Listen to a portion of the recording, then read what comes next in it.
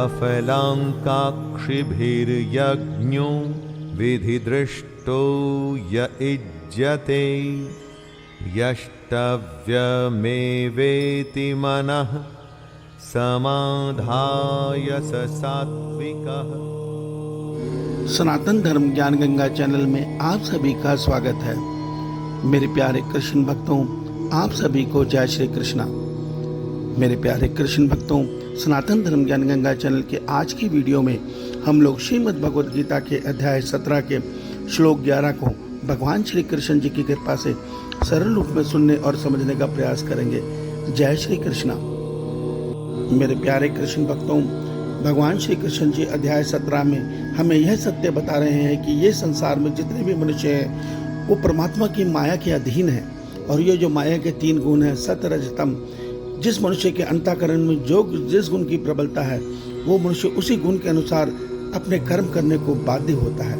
अब आज के श्लोक में भगवान श्री कृष्ण जी हमें सात्विक गुण के विषय में बता रहे हैं। भगवान श्री कृष्ण जी बता रहे हैं, जिस मनुष्य के अंतःकरण में सात्विक गुण की प्रबलता होती है, ऐसा मनुष्य शास्त्र विधि को जानकर समझकर उसके अनुसार ही निष्काम भाव से कर्म करता है। उसके कर्म करने की भावना ये होती है कि हे प्रभु, इसका जो भी कर्म फल है मैं आपके श्री चरणों में अर्पण करता हूँ, मुझे तो अपनी भक्ति दो, अपना प्रेम दो। अर्थात सात्विक गुण मनुष्य के अंदर निष्कामता लाता है। निष्कामता अर्थात वो संसार नहीं चाहता, वो संसार के विषय भोगों को नहीं चाहता भगवान से, वो भगवान से भगवान को चाहता है। और उसकी यही चाहत उसको एक दिन तीनों गुणों से, अर्थात सात्विक गुण के बाद सीधा त्रिगुणातीत स्थिति आती है, अर्थात तीनों गुणों से मुक्त स्थिति आती है, उसको प्राप्त होकर परमात्मा को प्राप्त कर लेता है। मगर भगवान ने हमें आगे बताया है, पिछले श्लोकों में बताया है कि सात्विक गुण के मनुष्य में भी एक गुण होता है और वो गुण होता है अहंकार का। सात्विक मनुष्य, जब मनुष्य सात्विक गुण से साधना करता है तो उसके अंदर अपनी साधना का अहंकार होता है।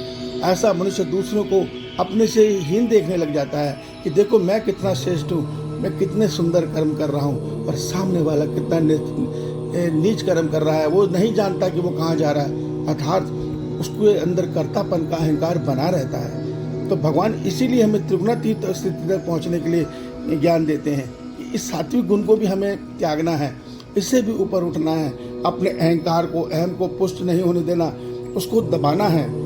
इस सत्य को समझिए। और वो कैसे दबेगा, यही सत्य श्रीमद् भगवद गीता में हमें भगवान श्री कृष्ण जी बड़े विस्तार से समझा रहे हैं। एक सत्य को समझिए मेरे मित्रों कि परम पिता परमेश्वर अर्थात हमारे ईश्वर स्वयं श्री कृष्ण जी स्वरूप में आकर हमें ये दिव्य ज्ञान दे रहे हैं, तब भी हम उसको नहीं सुन रहे, उसको अनसुना कर रहे हैं और मन मर्जी के अपने नए नियम बनाकर जीवन जीने का प्रयास कर रहे हैं। इसीलिए संसार में दुख, क्लेश और अशांति बढ़ रही है। इस सत्य को समझिए।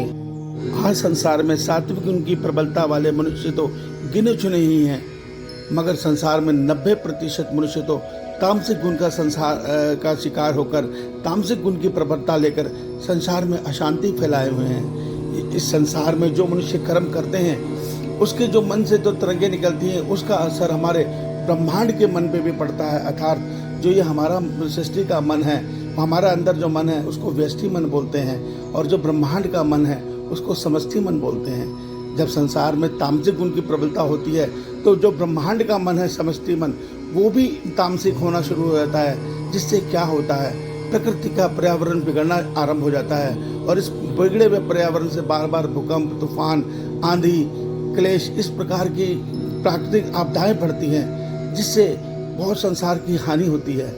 और ये सत्य हम देख भी रहे हैं, लगातार नित्य ये हो रहा है। जब तक हम स्वयं को नहीं बदलेंगे हम किसी को नहीं बदल सकते। तो अर्थात हमें सबसे पहले प्रयास करके स्वयं सात्विक बनना है, और उस सात्विक गुण से भगवान की भक्ति करके हमें तीनों गुणों को पार करके अपनी जीवात्मा का कल्याण कर लेना है, अर्थात अपने परमात्मा से मिलन कर लेना है। इस सत्य को जब तक हम नहीं समझेंगे हमारा जन्म मरण चक्र नहीं टूटने वाला। हाथ जोड़ की विनती है, इसको सुनिए, समझिए, मनन कीजिए और अपना कल्याण कीजिए। जय श्री कृष्णा। जय श्री कृष्णा।